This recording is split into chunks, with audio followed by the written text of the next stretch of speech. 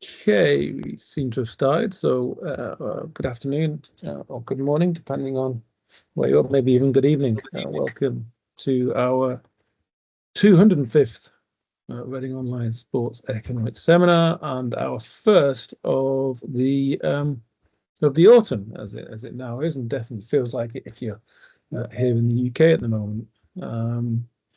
It's good to see lots of familiar faces. What to say before we get going? The first thing to say is we are hosted by the University of Reading, and we're sponsored by the Sports Economics Review. So you might just be able to see to my what's that left, a logo for the front cover of the Sports Economics Review. That is a newly listed in Scopus Sports Economics Journal. So please do consider that for your manuscript as it's ready for submission. We've got a whole set of talks that I'm very excited about over the coming few weeks up to Christmas. We've still got a couple of spaces. So if you are interested, there's November the 7th and I believe 21st. I think Stefan took December the 12th, if I remember correctly. But if you're interested in presenting between now and Christmas, you are more than welcome. Obviously, the usual online presentation type rules apply, and I'm giving the talk today. So what that means is I will be sharing my screen and I'll have it in full screen so you get to see slides rather than anything else. While I'm there, it might mean that it probably means I can't see hands that are being raised. So if you do want to ask a question, feel free to just simply unmute yourself and jump in. I'm quite happy to take questions as we go along. As you know, we run until 4 p.m. UK. So that gives us 90 minutes to play around with. So what I'll do, given that I am our presenter today, is I will share my screen. So actually, I will share the screen rather than, because I will probably do a bit of darting between windows, assuming all goes well. Okay, so let me make that a touch bigger on my screen so it covers most things. I'm going to make that full screen. And I can see I've got a little window here, which I'll make a bit smaller. So no, I'll move it out of the way. So I think I can see people, which will be handy. But welcome to the first Roses talk of the autumn. The title is Separating the Crowds, Understanding Determinants of Home and Away Fan Attendance at Football Matches. As mentioned, I'm one of a few people working on this project, Brad Humphreys, Dominic Schreier and Carl Singleton. Carl's here for now, so really tough questions before Carl has to go at 3 p.m. UK. Would be great. But more on a more serious note, this is a collaboration. It's been going on for quite a while, actually. And maybe the first time I presented this data set was the first Hihon conference after COVID, so that might be 2021. So it's been rumbling along for a long time. And it's high time we got something together. So that's what this presentation essentially is an attempt at doing. So to try and talk through a little bit of what this is all about. As we know, we're sports economists, even if we're not sports economists, we've probably been in a place where a sporting event is taking place, be it a football match or be it the Olympics or be it whatever else. These kinds of events are significant because there's often many thousands of people going along and having to get to a particular part of the town, the city, them enjoying themselves, making decisions about what to do at the game. And of course, that has significant consequences for both the sporting organisations, in this case, football clubs, but more broadly, the authorities. So for football clubs, well, they're going to want to plan everything related to a game. One imagines in terms of how much to cater literally, food-wise, kiosks, etc., policing, perhaps stewarding, preparing the stadium, maybe different parts of the stadium being open. And there's a broader public infrastructure issue, transport planning. So you can see my backdrop, perhaps. That's a picture from Wembley Stadium. So I'll tell you a story about that because I do like talking about the game that took place that day. But in the build up to that game, Wembley Stadium, 90,000 capacity stadium, Wembley Central London Underground station was closed for that game. So at first, the authorities, everyone played a blame game, so it's not really clear who made this decision. But we were told that each team was restricted to something like 15,000 fans each, which caused all sorts of uproar. But the point is, the transport network was required to be fully functioning for any more than something like 35,000 fans to be in the stadium at the time. Eventually, all these different bodies came together, and 52,000 people got to that game. But that's a lot of people, and obviously the local public infrastructure needs to be able to cope. So football matches, in particular, are significant events. We're all familiar with the various contributions to the literature on modelling attendance demand, and in my lack of time planning means I've not copied and pasted any of the standard references, starting from Hart in the 1970s and others through the years. Many on this call, Rob Simmons, Stefan, etc., have all contributed to a literature telling us various things. The quality of the game matters, local economic conditions matter, scheduling matters as well, whether there are competing games being televised, for example, or whether even the game itself is being televised and hence at a different time of the day. All sorts of things matter. The broader kind of sports economics idea that people always refer to is the well-known uncertainty of outcome hypothesis, that we prefer events that are more uncertain, all else held constant. The uncertainty of outcome hypothesis. And by and large, the past literature has tended to not be particularly supportive of the uncertainty of outcome as a driver of demand for sporting events. Now, I'm going to make one of these sweeping statements that we're all prone to make. The past literature has generally treated the crowd as a homogeneous unit. I've put a footnote there, which is that not everyone has, and there are some great papers out there doing similar things to what we're doing. So per Hernandez et al. I've looked at Spain.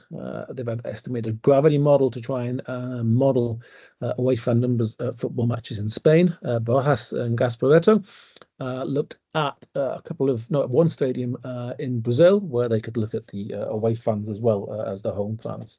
And obviously, as more and more data becomes available, we have better links with organizations in the industry, better data sets become available. And I think these kinds of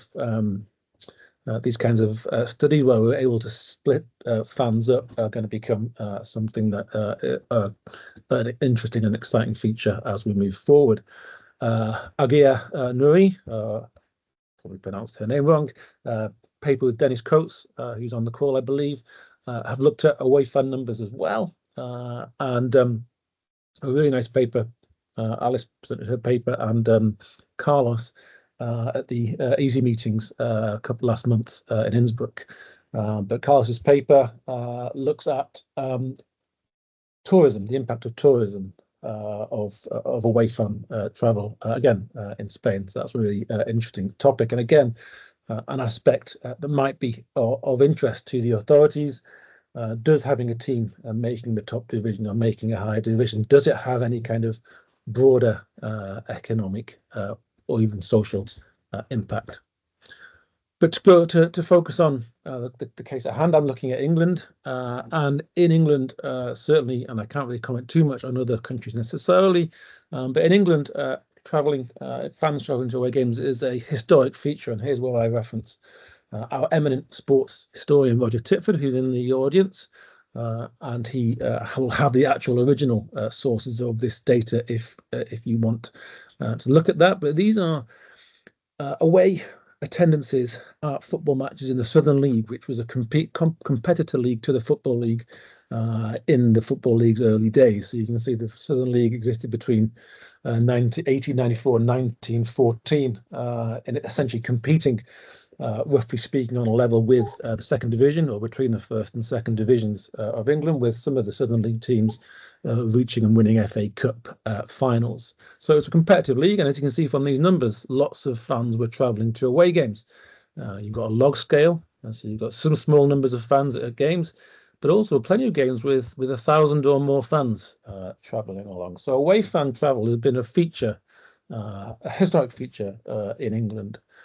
Those numbers are numbers pulled together from travel arrangements, so trains, extra trains being put on back in the day, and buses and so on. Because by and large, away fans, as I understand it, I wasn't around at this time, weren't segregated as they tend to be these days at football matches. Since the 1970s and the advent of hooliganism and violence at football matches, away fans tended to become segregated and put in the away end or the away section of the stadium. And obviously that meant separate turnstiles and the ability to count up exactly how many away fans there are in the stadium. And that means, of course, that you can then collect the data. And over the years, there's various sources. I'll come back to it in a little bit. But given that, there's plenty of examples. Here's an example of away fans taking up about 10% of the home crowd.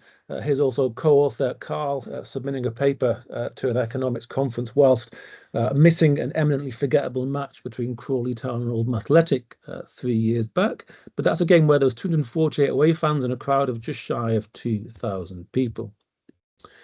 Sometimes there's more, and this also gives an idea of that planning.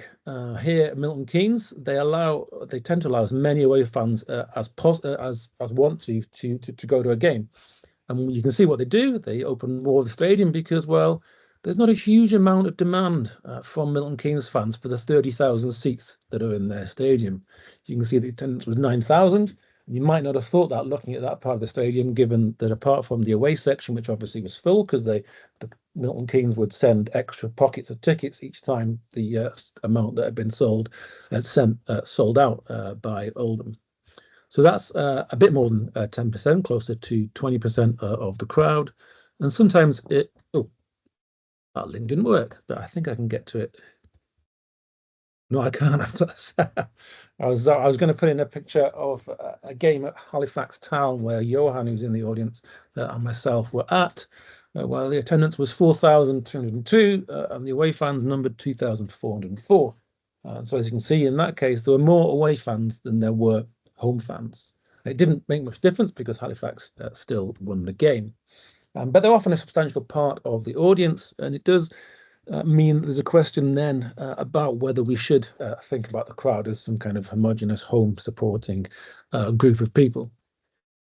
As said, on the planning perspective, these kinds of games with more away fans are often associated with a better atmosphere, more enjoyable experience for fans, and hence contributing factors to the demand for an event.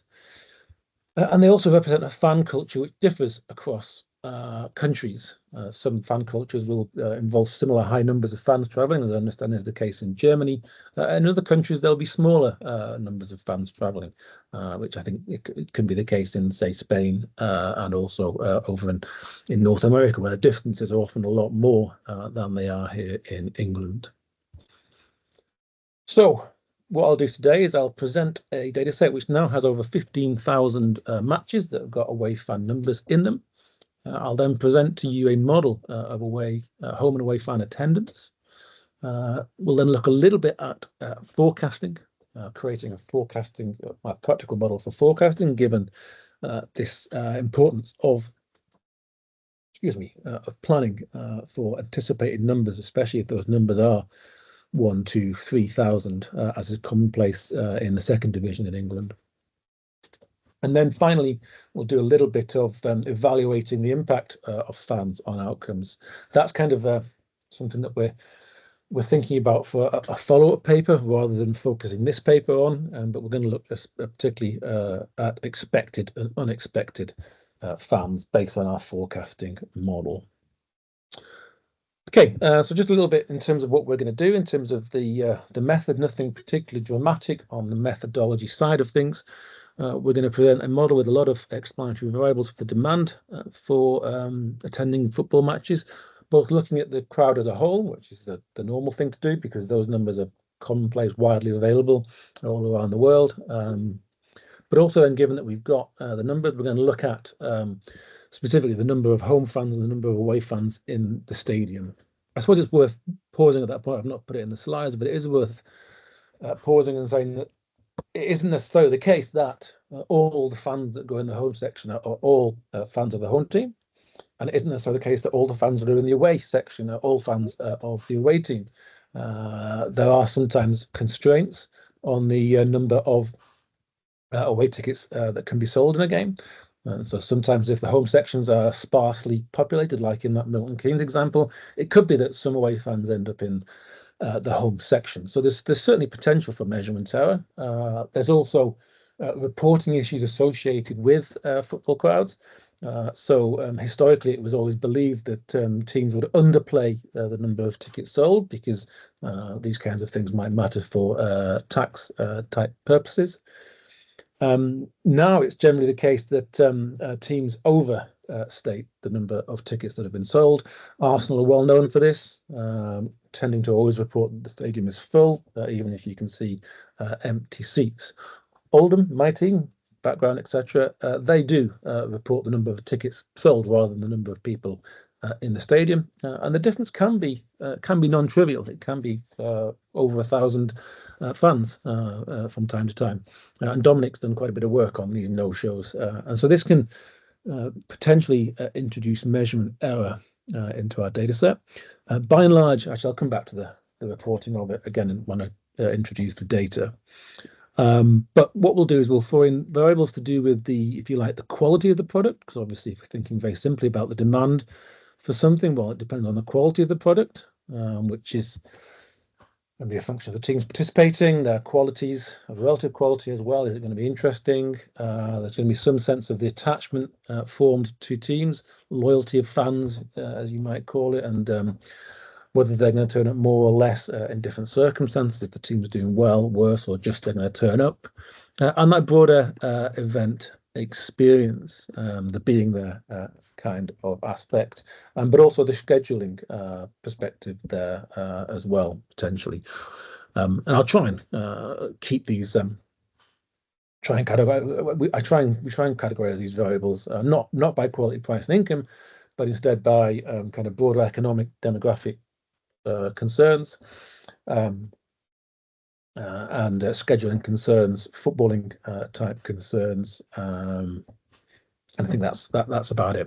But just in terms of carrying on the introduction, prices are surprisingly hard. Ticket prices are surprisingly difficult to collect when it comes to football matches. We've got lots of data on the numbers of people in stadiums going back to the beginning of football, but not necessarily so much on ticket prices themselves.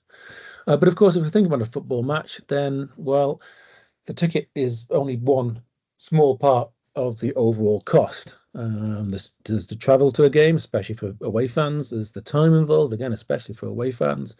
There's buying food while you're there. You might buy an item of merchandise. So there's all sorts of additional costs associated. And then, of course, income is something we think about on a very typical demand analysis in economics. And well, income data is obviously pretty hard to get at an individual level when we think about those numbers of people attending and the attendance decision. But we can at least think about things like local authority level data, things like claimant count, unemployment, things like even more experimental data on income levels in local areas, and that's what we'll do. And just to say, kind of state a little bit state the obvious, but of course a lot of these aspects are going to affect home and away fans differently, and we'll come to that fairly shortly. But obviously the probability of the home win, something we often think about in the context of demand modeling for sporting events. Well, obviously the probability of the home win is going to affect home and away fans quite differently, as will the distance between the teams. So modeling wise, as I said, we're going to throw this all into a linear regression model. It's a fairly standard type of equation. It's one that Dennis and Brad with co-authors have developed in papers over the last few years, a model that allows a number of different competing explanations to be tested and evaluated. Most notably, this uncertainty of outcome hypothesis, which I've put down as U or H here. And simplifying things, this is the squared coefficient of the probability of the home win. And if that is negative, then that implies that we've got an uncertainty of outcome hypothesis dominating in the explanation of fans attending. The concept, this is a picture that's essentially stolen from Jess Hargreaves from a presentation she gave last week. But the idea is that you've got the probability of a home win along the horizontal axis and the effect on attendance. And obviously, if uncertainty of outcome is the major driver of fan demand, then we'd expect demand to be highest when the probability is at the most uncertain. Where here we're not assuming that that a draw can take place, so 0.5 would be the most uncertain point. Alternatively, a loss averse idea is the opposite. That fans are more inclined to attend, or less inclined to attend when the game is that bit more uncertain. And perhaps there's some kind of underdog type effect at low probabilities, and then fans like to see their team win at higher probabilities. There's loss aversion, an alternative hypothesis. And finally, fans just prefer to see the home win. So the higher is the probability of the home win, the higher is the effect on demand. That went to the wrong place. That's the right place. There's a few other things in there. There's a local market effect in terms of demography, but also we might throw in here additional factors to do with income levels, say in the local area. I've already put in something additional here that obviously is going to be a factor that we're going to look at, which is the distance between any couple of teams that's playing, and then the QI and the QJ. This is team I playing team J at time T. We've got lots of repeat observations, as you can imagine, and so the Q is the quality of the team, and LS refers to what Walter Neal referred to as the league standing effect, i.e. the interest in the league itself and the wider competition, how that might drive demand for attendance at any particular game. If there's a really interesting Premier League this season, perhaps therefore I'm more likely to go to a Premier League game than I might otherwise be. And again, there's particular measures for that, and I'll come back to them a little bit later. But we add lots of variables into the model, as you can imagine. What we then do is, as mentioned, we think this has practical implications in terms of planning perspectives, thinking about what to do with sets of fans and given what the size of them are. And so we put together a reduced version of our full model with loads and loads of variables to try and produce forecasts at a timely horizon that might be of use to football clubs. We produce forecasts of the total attendance, the number of home fans in the stadium, and the number of away fans in the stadium. And one question that might be of interest is, given that if we presume the factors are different for away fan demand than home fan demand, then it might be the case that summing together the two separate forecasts gives us a better combined forecast. There is actually quite a bit in the forecasting literature on disaggregated forecasting and whether it necessarily helps. My former PhD supervisor back in the day has a paper which suggests that it doesn't actually help. And even if it doesn't help, it doesn't really matter too much if we're getting useful forecasts that help football clubs make different decisions on perhaps where to locate the away fans and what to do given the expected numbers that might be coming for any particular game. And that's just going to be a simple forecasting model where we then can project forward. And the idea is that we can project forward a whole season, essentially. And I'll show you a web app that we've put together later on. So I guess the final thing to mention is that in terms of fixed effects, we include fixed effects in this model for the home team and the away team and the season, but also the day of the week. It's well understood that games in the middle of the week tend to attract fewer fans than games on the weekend. We include fixed effects for the month of the year as well, and the competition that the game is taking place in. Some cup competitions tend to attract much fewer fans. When we move into a forecast model, we want to, if you like, elongate those club year fixed effects. We combine them first of all, and then we make them club half decade fixed effects in order to allow us to have the rough level that a team's fans is at can vary at a reasonably timely level depending on promotion, relegations, and fan preferences over that time. That said, finally, what we'll do is we'll throw in, we'll look at a model of outcomes as a function of these home and away attendances. We can look at all sorts of things. We can look at yellow cards, given that's something that's been looked at in the literature on the home advantage, especially around COVID. But what we'll do in particular is we'll throw in both our predicted values of the away crowd, so the fitted values or predicted values from this equation, and also the residuals from this equation as well. In other words, this is what we predict the away crowd to be, given all the information of past history. What's that number, and then what's left over? What's the unexpected component of any match outcome?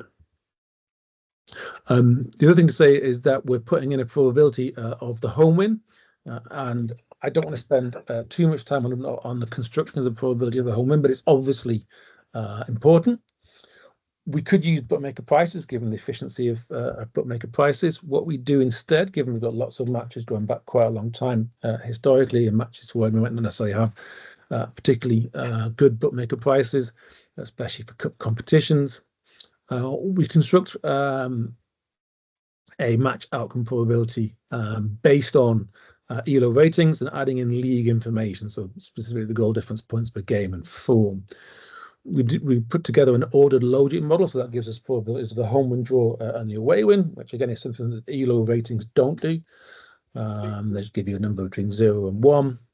And just to say that well, so first of all, are these forecasts any good? And the answer is that they're not. They're not bad. Again, I'm not going to spend too much time on them, but they're not the worst forecasts in the world compared to bookmakers. And if you're interested, let's see. Actually, no, I don't need to follow the link. The link's there in the slides. But if I go out of full screen and quickly scoot across to there, you can see my furious Googling about LaTeX. This model, we've generated a bunch of forecasts, which again you can access if you're interested. Match outcome forecasts. So this coming weekend, Everton are 41% to beat Villa, Tottenham are 46% to beat West Ham, Newcastle almost 70% to beat Wolves, and so on. And obviously the most important games are down in the 4th division. And here we've got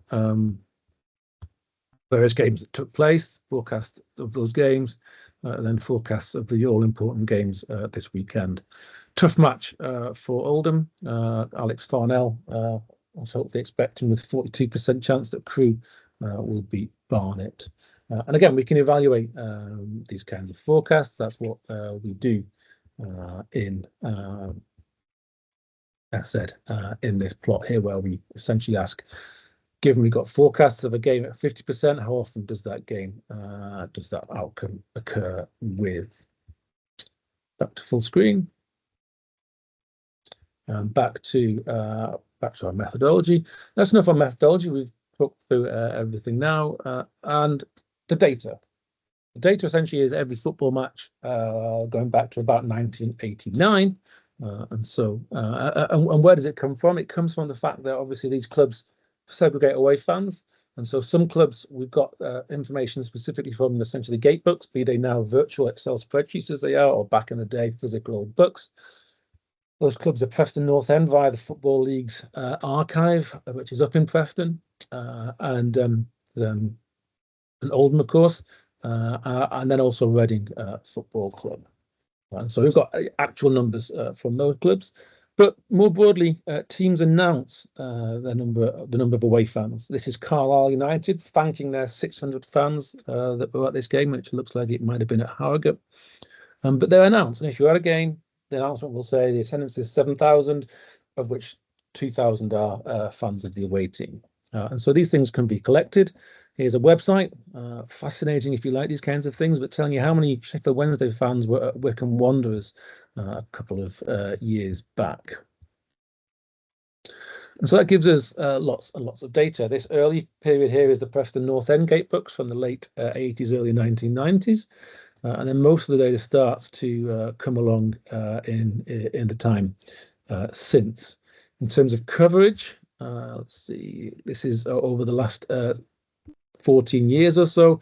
Excuse me, there was one season where one particular website had a matrix for every all three Football League divisions. So the coverage in the Championship League 1, League 2 is almost perfect for that one season, but otherwise building.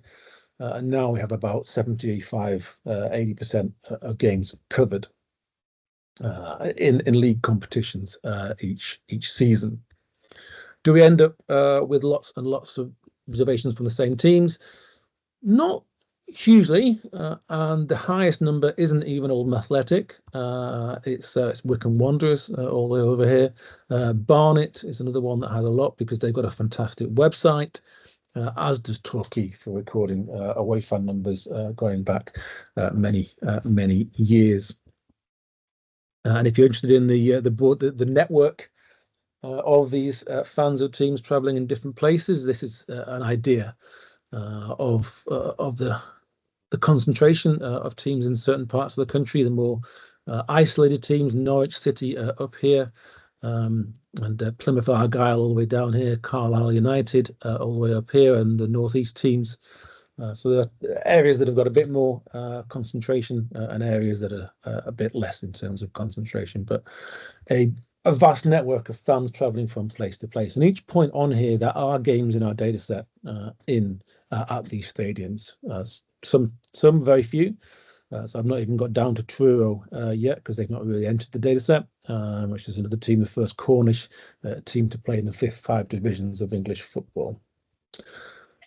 And that's probably enough in terms of a graphic sense of the data. Providing some summary statistics. As mentioned, we've got about 15,000 matches, 15,500 now with away fan numbers. Some slight issues of some games where I've got the away fan numbers, but not the total attendance, which will be corrected in time. So it means that the home attendance is a bit smaller than the away attendance in terms of number of observations.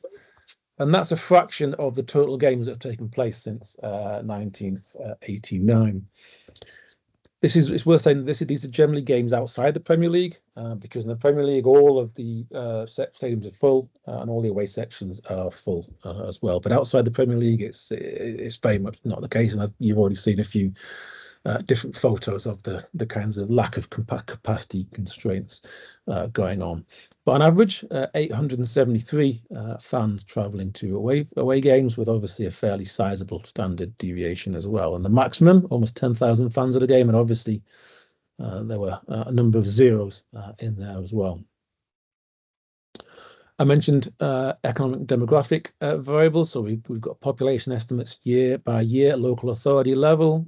We've got gross value added at local authority level. Regional economists tell me to treat these numbers with a bit of caution, so we can do that. We've got the claimant count at local authority level as well, which is arguably much more reliable as a variable. I've taken a leisure price inflation index from the Office for National Statistics just to add in there for some sense of what the price of leisure retail or leisure activities is doing. Oh, that's interesting. Took us back to the start. I've got lots of these links in, which some of them aren't necessarily working. Distance-wise, teams on average are traveling 96 miles to get to a game and play it, and so fans are traveling that far. 2.5% of games take place between teams that are less than 10 miles apart. They'd be like local derbies. About 6% of games take place on public holidays: Boxing Day, Easter Sunday, Good Friday. And then we've got a load of other variables that we can essentially derive from the scheduling. How many days is it since the team played the last home match? Often taken to be a measure of how budget constrained fans might be. Alex, go ahead. Hi, thank you. Well, summary statistics is a nice thing always to look at. Too many numbers. 46,000 days since the last home match. 46,000 46,000. days. So that's what is that? Is that 100 years? Okay. That'll be one to look at. I think I can't remember whether because there'll be some teams in here that enter the National League from below, and so they won't have previously been in the data set, and I might have given them a large number in that case. Actually, in that regard, I don't know the estimation strategy, but you know the outliers maybe a thing here. Yeah, it's possible. Yeah, and that's a really good point and something that we should definitely check for. And I've already done quite a bit of this. By looking at as you do at the summary statistics table, you look at things and you think that's not quite right. That's a really good one. So thank you for spotting that one, Alex. 46,000 days since the last home match. Long time. But we can work that out because obviously all football matches have a date, so we can use that. We can look at the date since the number of days since the last away match. Often fans are quite peculiar in their habits and curious, and there's a novelty effect. And so if it's been a number of years since a team last played another team, then there'll be interest from fans to attend. First and last matches of the season tend to be of interest, and then schedule-wise, Robin's got a paper on the Champions League matches, taking place on the same day. As many as 10% of games in our data set have that, and will next week. But also Premier League matches taking place that day, given we don't include the Premier League in the database. Only 60% of the time is there a Premier League match on the same day as matches outside the Premier League. But of course, equally, as has been the case the last few days, England play. England played at 5 p.m. on Saturday at the same time that there was a League Two match between Bromley and Gillingham. That may well have an effect on attendances. Wins recently, league position, we imagine was going to have an effect. We can calculate league tables at any given point in time. And then there's probability of the home win. I won't click the link again because that's keep taking me back. We can look at whether a team is in contention for doing things, making the playoffs, getting promoted, whether a team scores lots of goals, whether the opponents score lots of goals, whether a team has recently been promoted or relegated. Some teams are always going up and down. Other teams seem to stay in the same division for a long time. These two down here, standard deviation of league points, is a very basic rudimentary measure of competitive balance. How varied are the points in the league?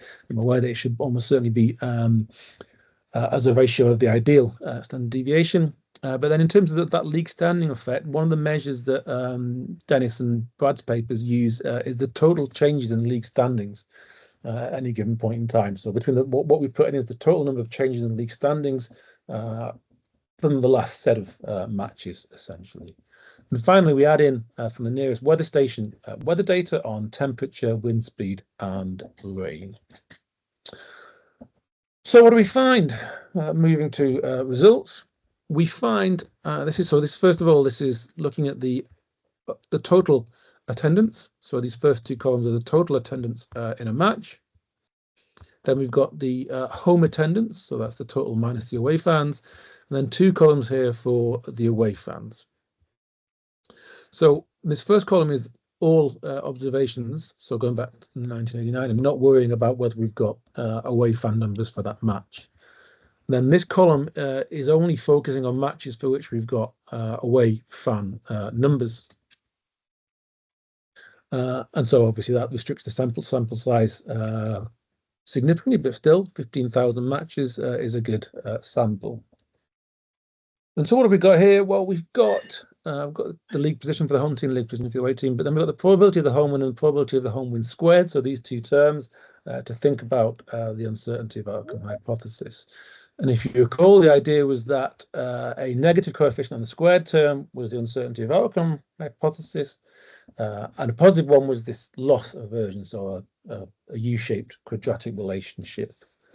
And so this appears to suggest for the total attendance, both when we have the full sample and the restricted sample, loss averse fans, because we've got a significant coefficient on the squared term. If we look at just the home fans, the size of that coefficient falls to about 1. And if we look at the away fans and we think about the probability of the home win rather than the probability of the away win, which we could include, we get a positive term again. Now, if you're like me and you look at the level and the squared coefficients and think I'm not totally sure what that actually means, what I've done is I've plotted out what those imply for the relationship over the relevant part of the distribution. So essentially 0 to 1 for the probability of a home win. So the black line is all fans taken at the same time. So we've got this, it is a quadratic relationship. It's a little bit different to what we had, the very basic one that I showed you in the conceptual idea, but kind of gives you an idea that the higher is the probability of the home win, more fans are there. But there is this dip in the middle. So maybe fans don't like that uncertainty that goes on. And it's worth saying that I put in standard error bars there using the delta method. I think I can't see the upper black line. I think it's hidden by the red one. So at least at this section here, that is significantly different from 0. But if we look at the home fans and the away fans separately, the red quadratic line is the away fans, the home fans on their own, and the green bit is the away fans on their own. And so what you can see is that for home fans on their own, there's never really a negative section. It's never statistically significantly different from 0. And it's always pretty small. It intersects the line at about 0.4. Lots of probabilities of the home win tend to be in this region of 40% to 60%. Some will go a bit higher with obviously home advantage. But the idea that I want to kind of suggest here is that actually this is more consistent with the home win preference. So home fans just like the home team to win. And as said, most probabilities are in the range up to about 60%. So not many probabilities get to this end of the distribution of the range, which is the only point at which the away fan quadratic turns up. So in all the relevant probabilities of a home win, away fans are less likely to want to attend. In other words, home fans like the home team to win, and the away fans, well, they don't like the home team to win, which you might surprise you. Away fan, you're traveling to a game, and historically, a draw in an away game is a good result, and so you can imagine that perhaps for away fans, the relevant probability is 1 minus the probability of the home win. A draw is a good result, and a win is even better.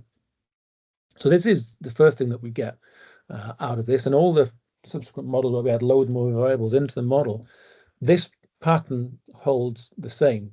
That essentially, if we split up for the home and the away fans, we get that home fans like a home win, and away fans don't like a home win, essentially. So if you like, it's home win preference, it appears to be, rather than necessarily loss aversion. So that's the first, the very basic set of results. The other thing to say is that since we could put in for the away attendance the probability of the away win and the away win squared. And you can see if we do that, they're both insignificant, which maybe could be driven by all sorts of things. But it's quite interesting that's insignificant, whereas the probability of a home win is more significant. And that might be because obviously the probability of the away win excludes the probability of the draw. And so this is something that we'll think about a bit further in due course. Now, as mentioned, there are lots of other variables that we might include, and we might try and see whether things differ for home fans and away fans. So the first part of this table is all the variables in the last model. Then we're starting to add in footballing variables. So the home team won their last match, or the away team won their last match. You can see that if we look at all fans together, both appear to matter. Look at home fans, they're obviously more bothered by their team having won the last match. 2% higher crowds if their team has won the last match, and they're a little bit interested in whether the away team has. This might suggest. And away fans, of course, they're much more likely to go if their team won their last away match, and they don't really care whether the home team won their last home match. So 2 results. Goals scored. Fans like goals scored. So over and above everything else that's in here in terms of quality of the team, etc., whether they're in contention and so on, the more goals are scored, the more likely fans are to attend. And again, it's split a little bit. The away fans care about their team scoring goals and don't really care about the home team scoring goals, and home fans appear to have a bit of a preference for both teams scoring more goals. If your team is more in contention, so if there are fewer points from sixth position, more fans will attend. And again, this is split by home and away fans, and the effect is stronger for away fans being still away, their team still being in contention, than it is for home fans and their team still being in contention. If a team has recently been promoted, then, as you might expect, there are higher crowds. So if the home team has been promoted the previous season, there are more home fans in the stadium, but there's also more away fans as well. A novelty effect, perhaps, although we do include that length of time since the team last played.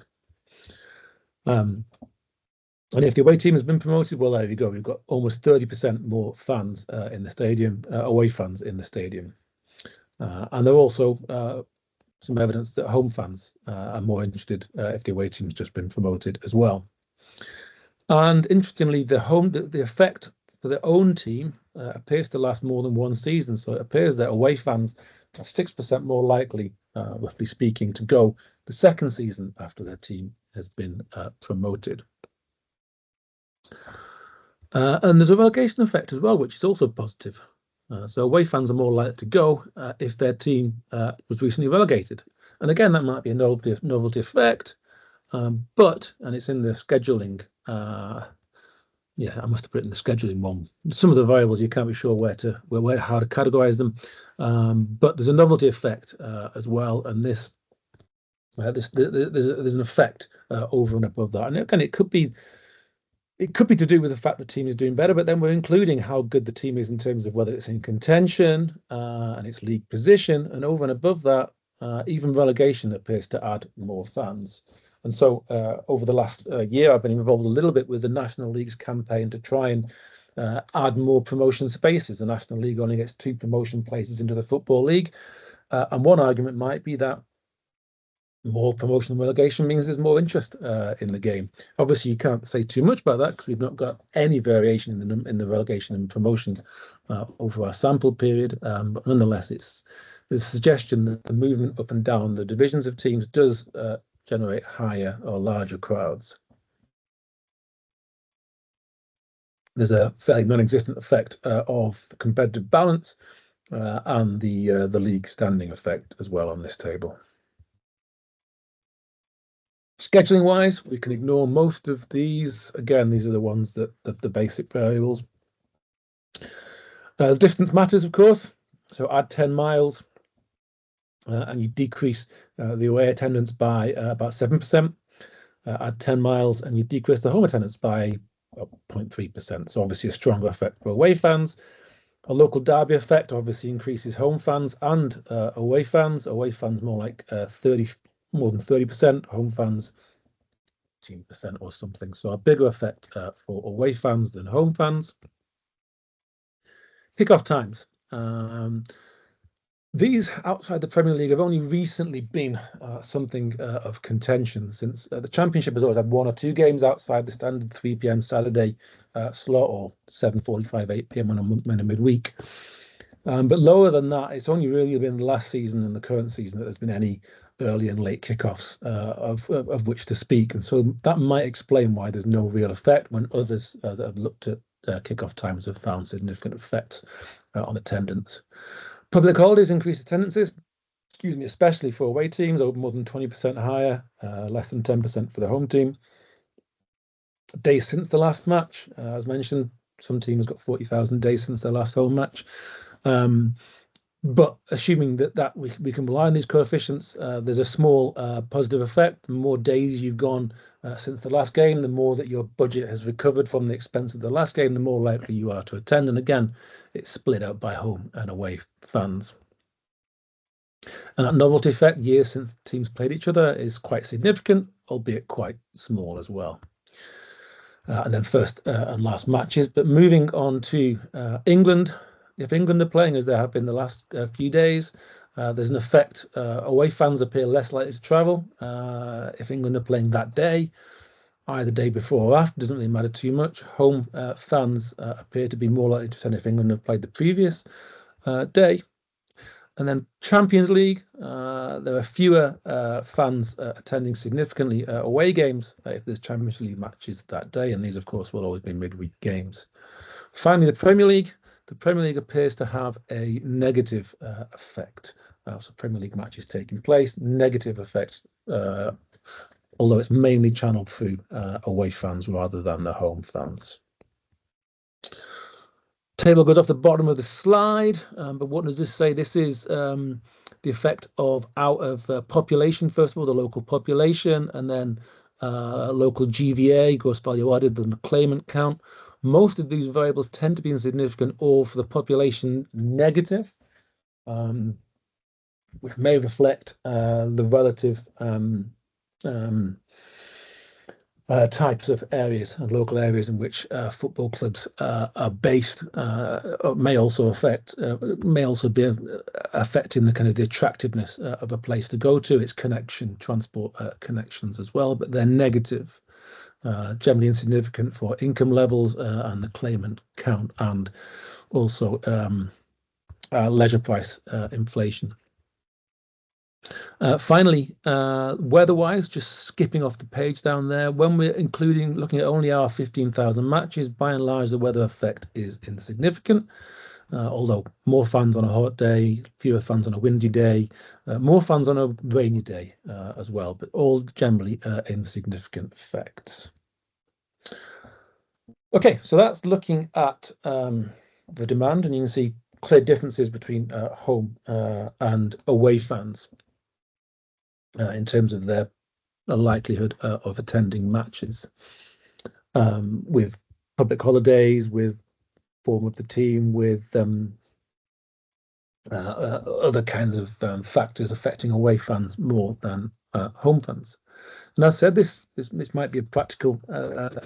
We construct a pared down version of that model to forecast for a season ahead. And so again, going away from the slides for a moment, we can look at forecasts for get rid of that. Forecasts for your team. So this is obviously my team, and this is Bromley tomorrow.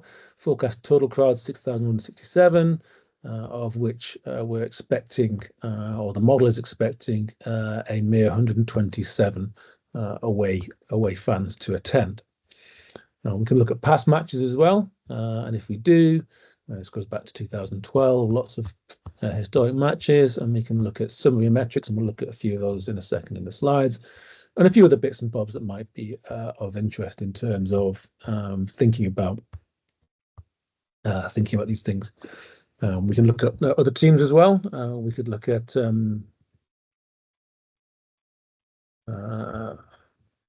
Crewe, for example. Crewe these are past matches. We've got future matches. Crewe facing Barnet at home. Barnet will be another team that won't bring too many away fans. We'll expect about 160 away fans at Crewe tomorrow. Whereas on the other hand, Crewe will play a more local team, Notts County, with obviously a longer footballing history, and in which case they expect about 860 away fans, which seems quite low. But that's the beauty of a forecasting model. Back to the slides. Obviously, one thing to say is that this is far from the best forecasting model out there necessarily. It's a linear regression model. There may be better functional forms for thinking about this. But nonetheless, we've constructed a model where we've looked at the forecasts. We've looked at the total forecasting the total from that first regression of the total attendance on all the factors, and that gives us forecasts that have got a forecast mean error, so bias of 400. In other words, by and large, attendances seem to be a bit higher than we're forecasting. And then if we look at the home forecasts on their own, they're actually it appears to be they're slightly worse. Away fan error is only 35, but then there are fewer away fans. Mean errors don't allow positive and negative errors to cancel, and so we might want to think about looking at doing that. So we've got root mean squared forecast error, so essentially squaring and then taking the square root. And here you can see a different pattern emerges where, or a similar pattern actually. Errors are about 1,000, but when these gates can be 20,000, that's not the hugest forecast error. And then away fan, once we stop cancelling home and away, sorry, positive and negative errors, we get a bigger error. We can also look at the mean absolute percentage errors of these forecasts as well. And when we do that, we've got about 12.7% error looking at as a regression model of the total attendance as reported. And then if we instead look at the home attendances and model those and forecast those, we get about 12.4%. We get slightly bigger for away fan attendances in terms of an error of about 30%. And then about 12% for adding the two together. So there might be a slight improvement from doing that. You'll have to excuse me for one moment.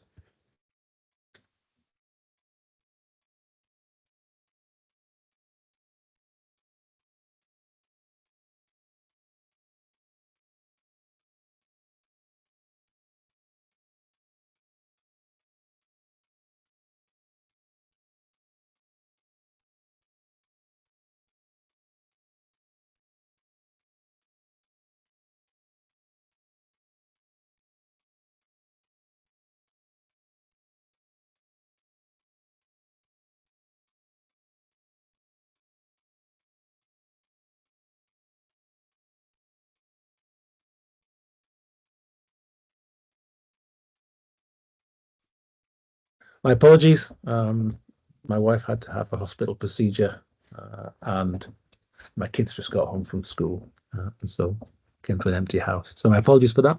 Right, back to the forecasts, back to the full screen for a few more moments. So we forecast. So yes, so adding together may give a slight gain, but perhaps akin with the past forecasting literature, there isn't necessarily a huge gain if you want to forecast the total attendance from splitting the two up. But in their own right, the away fan forecasts are arguably quite useful. Outcome-wise, I put these in, but I don't want to spend too much time on them. These are regressions from a little while ago. They're not the full data set now. You can see only 14,000 observations. When we look at things like goal difference and whether the home team wins or the away team wins, there does appear to be the effect that you might expect to see. That is, that if there are more away fans, conditioning on the quality of the teams by the ELO prediction, there is a lower likelihood of a home win. The more away fans there are, and the more home fans there are, the higher likelihood of a home win, and the opposite for the away win. So that's there. The thing that I will just wind up with is looking at the unexpected and expected number of fans. So this is a similar regression to what those ones were, just presented slightly differently. Got the home win outcome, the draw outcome, the away win outcome, and the goal difference. And what we've got is an ELO prediction for the home win, draw, and away win. And then they're obviously quite helpful at predicting these outcomes. And then we've looked at, well, what about our expected number of home fans? What about our expected number of away fans? Because obviously, if we're a better team, we're going to expect more fans. If it's a local game, we're going to expect more fans in the away section. That's going to affect us perhaps, but maybe it's the unexpected numbers of fans. So all of a sudden, 2,000 extra fans turn up, or 3,000 extra fans turn up over what we're expecting to see. Does that have an effect? Does the unexpected have more or less of an effect than the expected? And so that's what we've done. We've got the home win outcome. We've got, and these forecasts are in terms of obviously their raw numbers. So if there's 10,000 home fans, then we're moving that one forward quite a bit. More home fans, more likelihood of a home win. More home fans, lower likelihood of an away win when it's expected. The unexpected home fans don't really seem to have much of an effect, and a less significant effect for what that's worth. Which suggests that that's a bit more of a noisy effect. When it comes to the away fans, though, you can see that the unexpected matters as much, if not more, than the expected. So the expected, which is a bigger coefficient, but then there's a small number of those fans, is larger, and the expected number, the unexpected number of fans has an effect as well, negative. And you can see that for the goal difference, the effect is ever so slightly larger for the unexpected away fans relative to the expected away fans. So to wrap up, roughly speaking, in time, we've presented a data set of about 15,000 English and Welsh football matches. To give us a more in-depth insight into attendances or the impact or the nature of the determinants of fan attendance, but also to potentially think in the future about the impact on match outcomes, especially with, as is now the case, increasing amounts of in-match advanced metrics, various things that players do on the field, different locations on the field, and so on. And so there's lots of potential there for really interesting studies on the impact of fans, also where fans are as well. So I showed you a couple of pictures at least. I think all those pictures, the away fans were either behind the goal. No, Milton Keynes, the away fans are on the side. And of course, the positioning of the away fans is something that's of central concern to the clubs. This is one of the interesting things about, I guess, about football relative to the other industries where you might want to be selling a good or a product.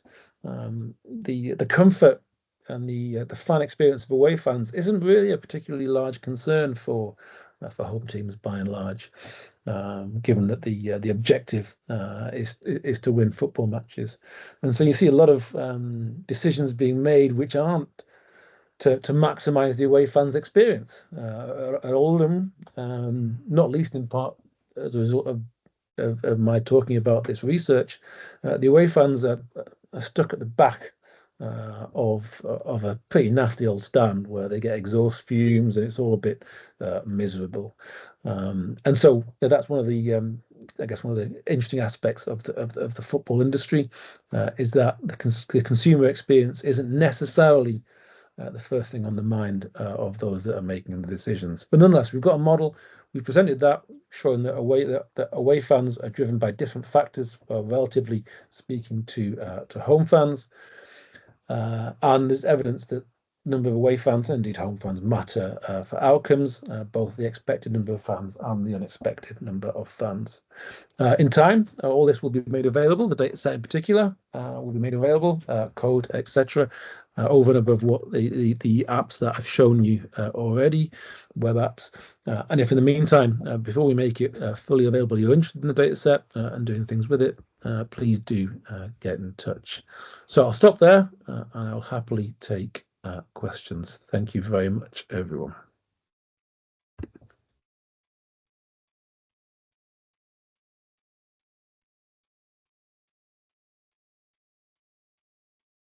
Okay, Steve, go ahead. Thanks, James. I don't know how the revenue models work in away game attendance at English games. A dynamic from American college football is that away tickets are limited, but they tend to go to the biggest donors of the club to the university, which makes it possible for them to do that. Because so this is anecdotally, this is not based on the data, but because driving distances have traditionally been smaller in the Southeast Conference, the Southeast Conference tended to allocate more tickets to the away fans, because Alabama recognized that or Georgia and Alabama both recognized that the 10,000th ticket to an Alabama fan to attend an away game could be charged to an Alabama fan at a higher price than the 65th fan of Georgia.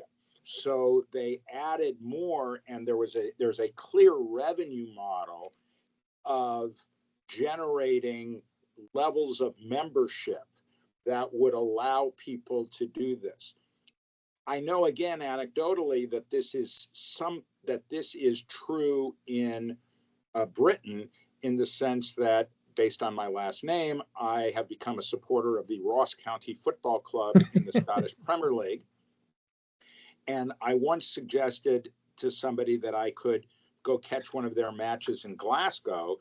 And I was informed that there was basically no way I could do that, because the few tickets that would be made available to Ross County would be made available to their longtime members or gold premium members, or however they prioritize. And there was no way I could get one of those tickets. So I wonder how much, if you considered in the business model, the that idea of either do the away tickets revenue actually go to the away team?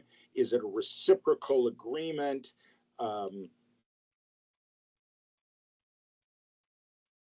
Sorry, carry on, Steve. No, that's okay. I appreciate having kids at home and holding down the fort, and wish your wife the best. And how did? Oh no, it's okay. I'm trying to look at what my son put a post-it note on the back of the door, and I can't see what he's drawn. So Okay. In other words, is this something your model takes account of? Is this something a further study could look at? Are there ways that leagues could increase revenue by thinking about more direct, low transaction cost ways of doing this? yeah, I mean, I think so. Yeah, I guess I'll just talk to kind of roughly the area rather than necessarily answering your question. I think, again, for the Premier League, where these away sections will sell out, and they'll be a bit like Ross County playing a game at Edinburgh. And there will be some games in the day set, Stoke playing West Brom and Sheffield Wednesday playing Sheffield United and teams like that, where there is high demand for the tickets, undoubtedly. And they may, and there'll even be sellouts. By and large, there isn't so much of that. And as you're probably aware, there's quite a lot of pressure on ticket prices to kind of keep them at a certain level. So clubs, rather than thinking about the price as something that they can vary, that tends to be kept the same. And there are other mechanisms. You mentioned the loyalty schemes by which the tickets, that excess demand will be resolved.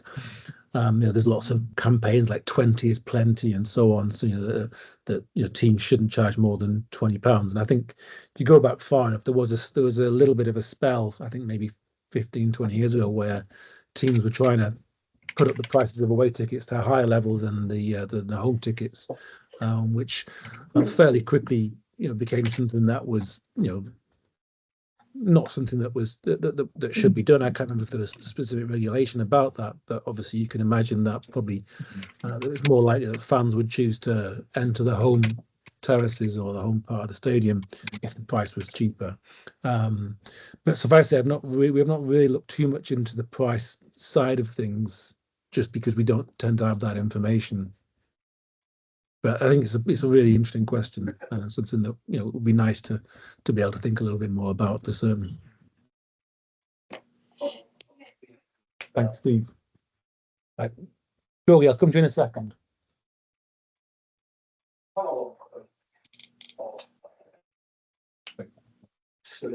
Georgie, go ahead. Yes, thank you, James. Really interesting talk. So it may sound like splitting hairs almost, but so on your point on promotion relegation and increasing the number of teams that are being promoted, because that yields extra fans, I have a question for you. Do you somehow separate perhaps it by leagues, or do you do the heterogeneity analysis? For instance, and my first thought was for perennial contenders in the Premier League, they would want to go to, say, like Ipswich Town or Luton Town just to check out the stadium, whereas otherwise they would not really have a chance to, unless, FA Cup brings the two teams from very different divisions together. That's one thing. So is there heterogeneity checks on that? And does it differ by division that to boost in fans? And another one would be sort of like, do you think there's going to be some sort of an inflection point after which like adding more new teams will bring this marginal disutility in terms of fandom? So, I mean, they're tight questions, but what are your thoughts? Yeah, I mean, I think it's worth saying that really was a casual remark rather than something that you could really draw a firm conclusion on from what we've done so far. I think, yeah, I can well imagine there has to be some point at which the benefits are lost by the fact that probably fans get a bit fed up with the jeopardy or something. I don't know. I mean, obviously, we've never really had that level of movement between divisions. It's always been. I mean, it's currently at the highest level it's ever been. Historically, it was smaller, the amount of movement between divisions. So, yeah, it was certainly a suggestion that there might be, because I mean there is some kind of effect of teams moving divisions over and above the novelty effect, and that cause for further investigation. I think I would probably say rather than want to attach too much more to it. Great, thanks, Georgi. Next was Pedro. Yes, thank you very much, James. As usual, you congrats for this very extensive analysis and overwhelming management of data, huge data set. I just wanted to make a comment on, I like a lot the storytelling and this trade-off between outcome uncertainty and loss aversion to influence a different behavior for fans and home attendance. However, I would like to suggest that perhaps you can explore interactions with another trade-off that well has been treated in the literature between attending a game or watching on TV the same game. So my intuition is there might be a different behavior in front of this loss aversion concerning the possibility to when away fans, they need to make a lot of effort, terms of time, even money sometimes, to visit the other city. And this decision making is different for home fans. So basically my reluctance is to the story, in fact, is fans like you and Dolham Athletic. So you will always attend, and I'm only think that the possibility for somebody to be loss averse is more intense if the possibility to watch the game on the TV is also open. And it obviously might be related also to broadcasting contracts and how much expensive it is. But basically, it's a new avenue for research, perhaps. Thank you. Yeah, I mean, I think the question of whether a match is televised, it's obviously it's been looked at by other in other papers as well, and I think it's a relevant one. By and large, the normal kickoff games in England won't be televised, as you're probably aware. So, all 3 p.m. Saturday games won't be generally televised. There are a few exceptions. So on the last weekend, because it was the international weekend, we could watch football at 3 p.m. on a Saturday via live streams.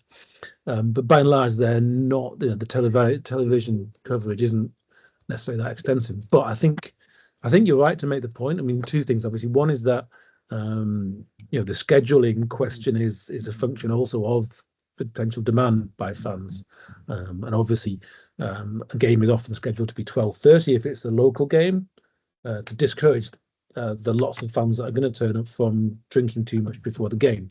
I think it's at least the idea that we're told. So there's lots there, I think, to unpack, and I think it's a very plausible thing. I think if your team is playing 5:30 p.m. rather than 3 p.m. and they're playing a long way away, I think it's much less likely that you'll choose to attend that game because it's on TV than if the game wasn't on TV, almost certainly. So I think that's a really good point.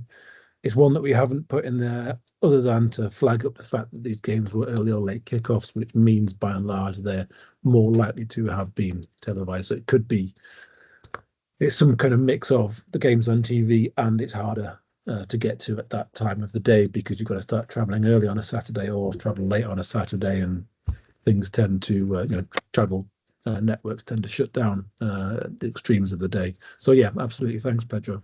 Or perhaps just replicate the analysis for teams not competing in the first and teams in the third or fourth division. I don't think those will be released on the TV, so that might be easier than the other alternative. Just to check. Yeah.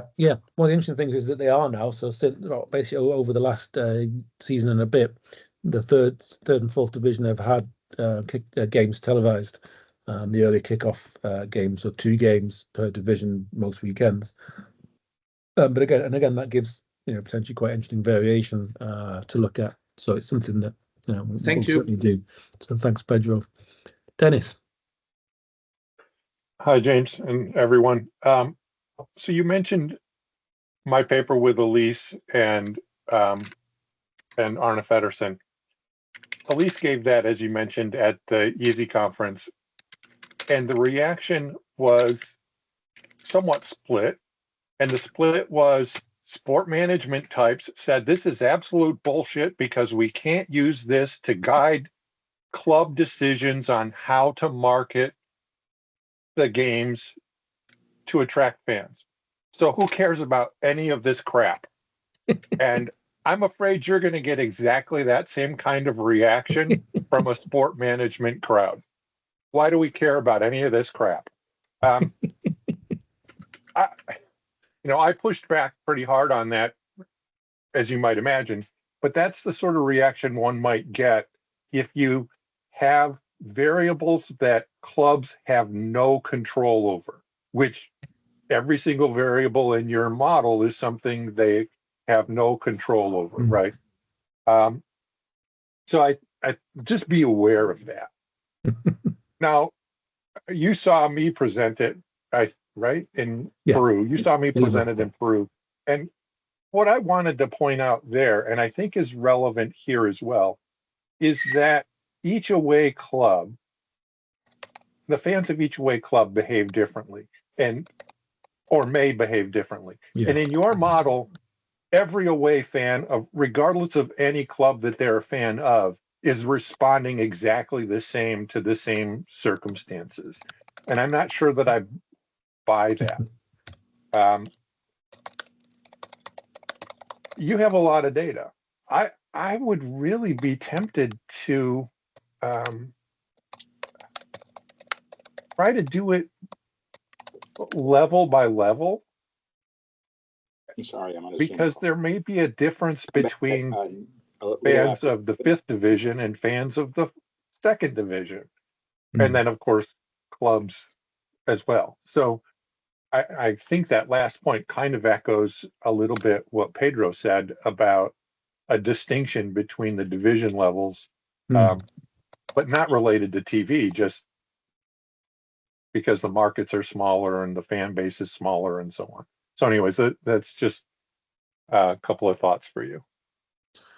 Great, thanks, Dennis. The management one's really interesting. I think, yes, you're right. There's limited amounts that a team can do.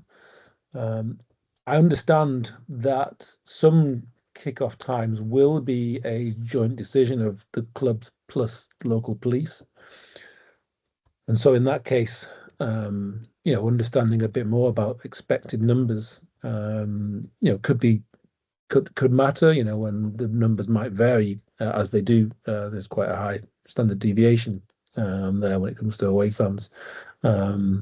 So yeah, I think you're right. Lots of the variables are uncontrollable, but even though you probably still want to have a sense of how much those uncontrollable factors, exogenous factors, are going to affect the number of fans that are going to turn up at your stadium. Female colleagues who got trapped on the tube in London because Arsenal were playing a European game, and the fans were not behaving necessarily in the best possible way. So I think there's all sorts of ways I kind of see this as mattering quite a bit. And again, it could just be that the people I've spoken to in the industry, want to say things to me that I want to hear. But when I talk to people at different clubs, they have said that this kind of thing would be really helpful for them as well when they're approaching games. And then I very much like the second point, and thank you for that, Dennis. I think in my mind, yes, my fans are the best fans, right? Apart from when they're not, of course. And it's always been something that's intrigued me about whether different fans of different teams are different. It's certainly the case. If you look at these numbers, and one of the observations I've pulled off from looking at these numbers is that if you look at football clubs that have got a long football league history, and their away crowds will be much larger than a team that's not had a long football history. So I pointed out to you both Bromley and Barnet on the web app. They're two teams that have got a relatively short football league history for whatever reason, and they'll take many, many fewer fans, 150 fans, whereas Gillingham came to Oldham a week before last and brought 550, and Gillingham have got a much longer football league history. So I think, there are reasons to think that there are differences between fans, but also at the same time, these are people, right? And I don't think there's that much that differs me from anyone else in this room that follows a different team anywhere around the world. So I'd like to actually check that more. And I think, as you say, we've got quite a bit of data now, so we could think about looking at it by team, doing it by team type model, and also doing it by division as well. Even though the teams move between divisions, it might well be that fan patterns change as the teams move between divisions as well. And these will be quite interesting questions. So thank you, Dennis. Roger. Thank you, James. I just wonder about clubs deliberately constraining the number of away supporters that come. Maybe they're taking advantage of the finding that more away support leads to better away results. But there was a case recently in the Blackburn-Burnley playoffs, I think, where one of the sides' away support was so constrained that it caused quite an issue. There were plenty of available seats left in the ground that the home club didn't want filled. And I think this constraint of supply of away tickets it's just my observation that you might have to take that into consideration. I think that in Reading's previous season, we sold out our away allocation in about half of the games that we played away from home. So that doesn't tell you quite what the demand might have been. It just tells you what the supply was. So it's just an observation that it's not a free market out there in terms of the supply of away tickets. Thank you. Yeah, thanks, Roger. I think it's a valid point, and it's going to be something that affects certain teams more than others, and obviously teams like Reading that have fallen down a level as well, where there are constraints. The same would be true for Oldham when they were down in the National League. So I think it's certainly true that there are constraints, and it's possible that sometimes they are artificially put in. I think I totally agree with that. And I don't have a good answer for it, to be honest. I think it's something that we're conscious of, and something that we need to probably check just how much it is. What we've done a little bit of this in the sense that we have tried to look at away crowds at particular stadiums that are being bunched around particular numbers. We've not yet found too much evidence of that, but that doesn't mean, of course, that it's not there. Because obviously, you know this yourself, Roger, and I showed the picture of Milton Keynes, where Milton Keynes will change the size of the away area, but obviously it can still be constrained at any particular point within, some number, which might not be the same number at any given week or any given season. So yeah, thank you. Really good point. Jaiki Gu has a question next. Yeah, thanks, Professor. I'm a first-year PhD of University of Georgia. Thanks for your presentation. I'm very curious about about the control variables you mentioned about the quality of the product. So I want to know, how do you measure this level? Thank you for that. I use ELO ratings, which I didn't spend any time talking about, so you're right to ask the question. I used an ELO rating system that is basically, I calculate it myself over all the football matches that I covered, but also going back because there's lots of history of football in England back 100 plus years. So I use an ELO rating system to get a measure of the team quality. And then obviously I used also league information as well in the model, so the league position that a team was in, and a few other variables in there. But the ELO rating is perhaps the most obvious way in which I tried to measure team quality. Does that answer the question? Yeah, but I still want to know, do you get these data from some websites, or if I can regard this kind of data as the second hand data? So it's the ELO ratings I calculate myself. There are websites, clubelo.com is one where you can get ELO ratings for clubs. But I calculate these myself. The data I get from the internet is the match results, basically, and the attendance numbers. And then the rest of it I'm calculating by and large myself. Okay, thank you. Yeah, I still have a question. I Okay. want to explain the meaning of the variable list in your model. The variable what, sorry? List in your model. The dependent variable is the log attendance. Yeah. Can't find my slides anymore. Okay, thank you. So Li, what the do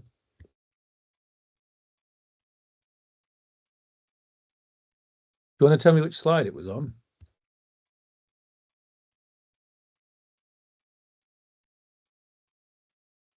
Do you want to tell me which slide the variable was on that you can remember? 6, methodology. Methodology. Let me just The page is 6. okay, I'll just go back to window.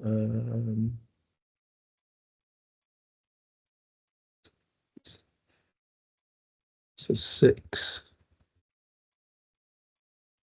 Yeah, the meaning of LST. Oh, LS, sorry. That was the league standing effect. So I talked about that, and that's this idea that there's more churn, the more change there is in the league standings that you see published in the league, therefore the more interested you are in the competition. And so I measured that by the total number of changes any given week in the placings of teams in the league. Oh, okay, thank you. What about the meaning of the QIT and the QJT? That's the team quality. So that's just one variable there, but obviously I used a couple of different variables in the model itself. Okay, thank you. I got it. Thanks for your explanation. Great, no worries, thank you.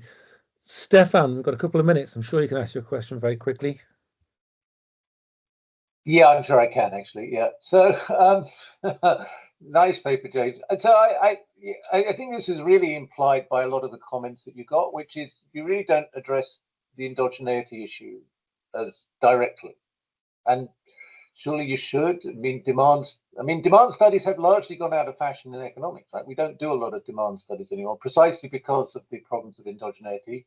Roger Knoll wrote a pretty damning paper 10 years ago on why this all demand studies don't really work. So are you seriously claiming that this is demand, or are you actually saying, well, this is attendance, but we're not really modeling we're not really trying to separate supply and demand factors. We're not doing this. And just related to that, it seems actually quite critical in this, because you're estimating these quadratic relationships, which are clearly very sensitive to the parameter estimates. So very small endogeneity effects could have massive effects on these parameters, right?